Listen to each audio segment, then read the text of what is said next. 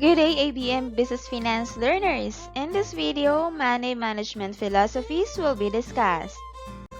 For this lesson, the most essential learning competency that you need to learn is to enumerate money management philosophies. Before we proceed to our lesson, let us review first the key terminologies that we have encountered in the past as well as the terminologies that we will be encountering in this lesson. So first, budgeting.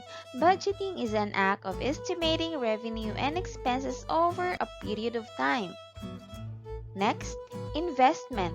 Investment is a monetary asset purchased with the idea and hope that it will generate income in the future or will be sold for higher price and brings profit to a seller. Next is retirement planning and investment. This is to understand the cost of retirement and analysis of cash flows to come up with investment plans that we will meet the cost of retirement in the future. And last, personal finance. Personal finance is the management of money and financial decisions for a person or family, including budgeting, investments, retirement planning, and investments. In personal finance, you have to know how to achieve our financial freedom, and that is to go through a planning process. And here are the steps in personal financial planning process. The first one is objective setting. In objective setting, we have to set quantified and time frame goal and objective and should be based on your own resources and limitations. The next one is data gathering. So in data gathering, we have to assess the financial status, okay? Our financial status such as our investment, cash flow, and our liabilities. We also have to identify the lifestyle and risk tolerance. And the next step is to analyze the data. So in data analysis, we have to analyze financial position and cash flows. Then the next, once we have analyzed the data, we have to recommend a financial plan. So for this step, we have to list financial products that could help in achieving the goal and objective. The next step is the plan implementation. So in plan implementation, we have to execute the chosen financial plan. And then the last step is, of course, to monitor the plan or plan monitoring. So in plan monitoring, we have to review the financial plan periodically to evaluate changing market conditions. And also, we have to evaluate the financial plan regularly to see if it effectively meets the individual's goals and objectives. We have here an example of personal financial planning process. So for the objective setting, the objective set is to have 1 million pesos after 10 years. So for data gathering, know how much savings in current resources of income. Next, analyze the data. So map the net cash flows and compute required return to reach target of 1 million pesos after 10 years. And for the financial plan recommendation, we have to identify stocks, mutual funds, or other assets which can generate required return. And plan implementation, so we have to open an account to invest in the recommended financial plan. And once we have implemented our plan, we have to do a plan monitoring. So we have to check regularly whether the fund is growing as planned. So consider other alternative assets if performance is not good. What holds you about having or earning money?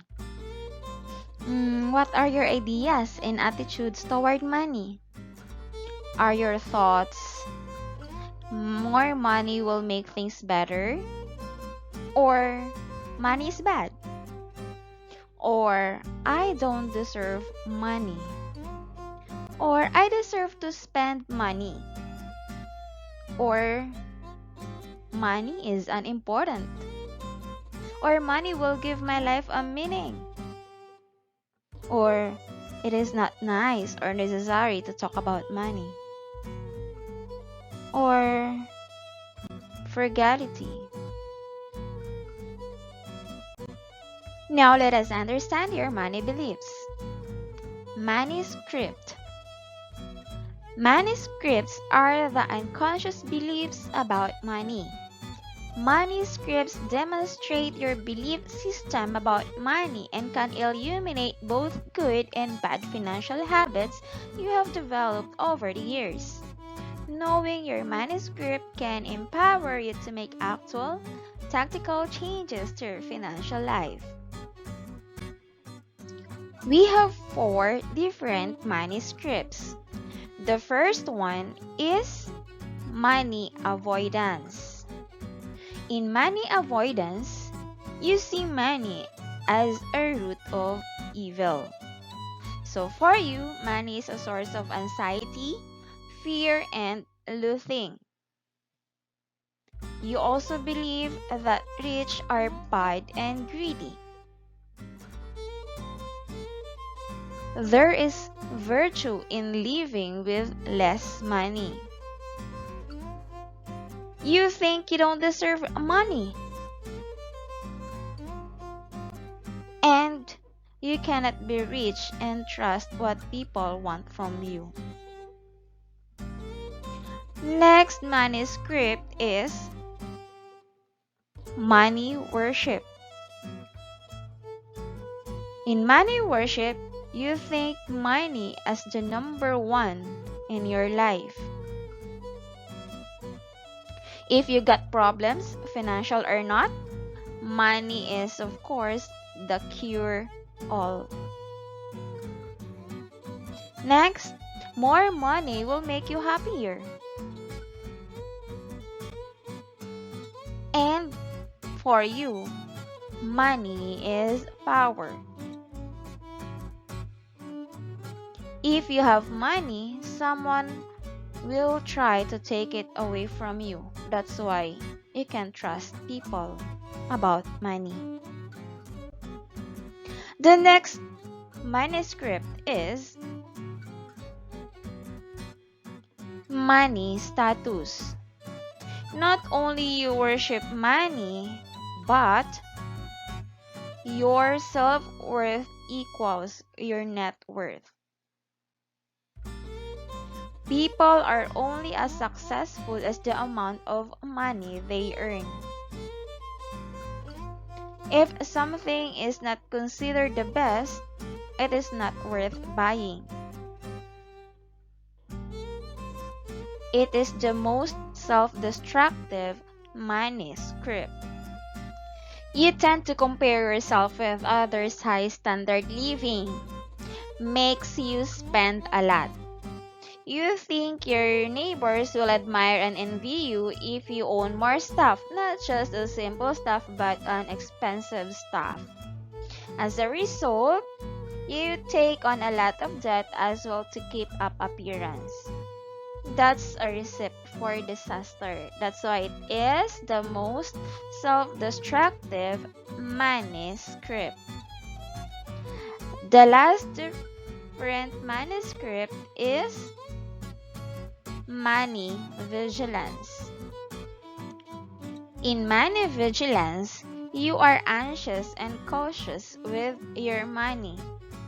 That's why you become Mr. or Miss Frugality, living within your means by purchasing only what you need, not what you want. You believe in the importance of living debt-free. And you saves much. You think it is extravagant to spend money on oneself.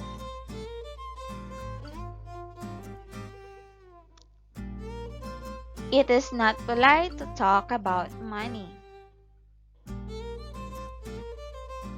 You are discreet about money, and you cringe when your blabbermouth friends brag about their inheritance or whine about their money woes.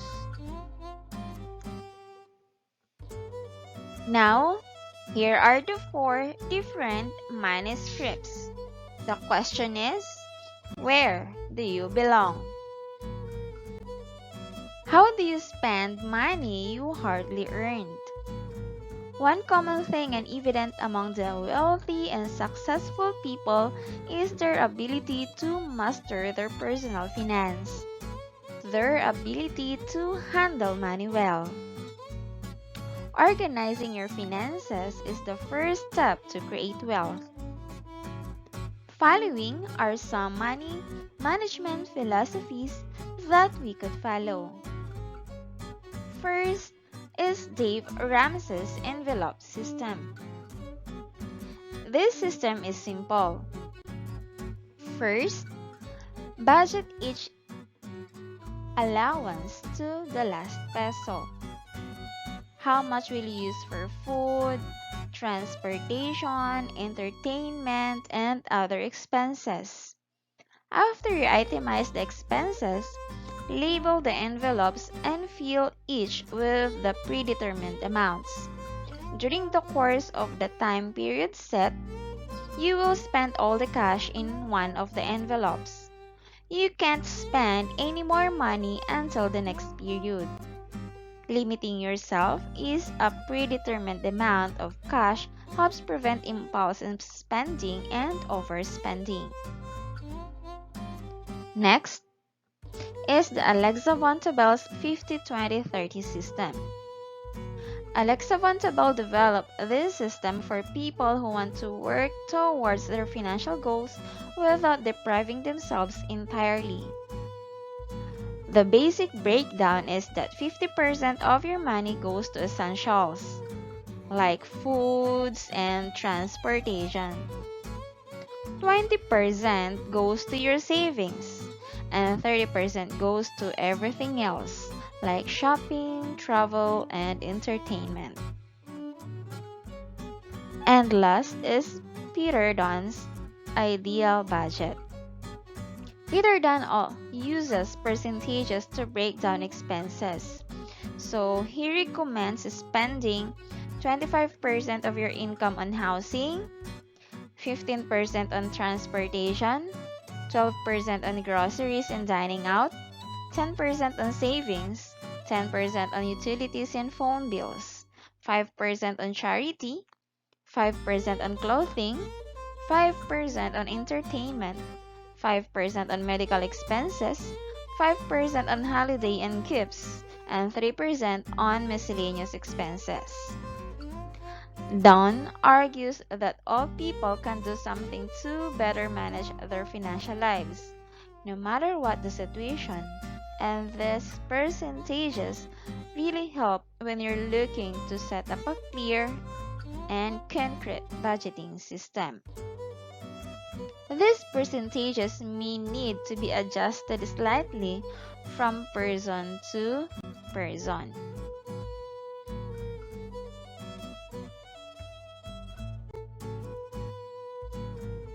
Happy learning! Thank you very much.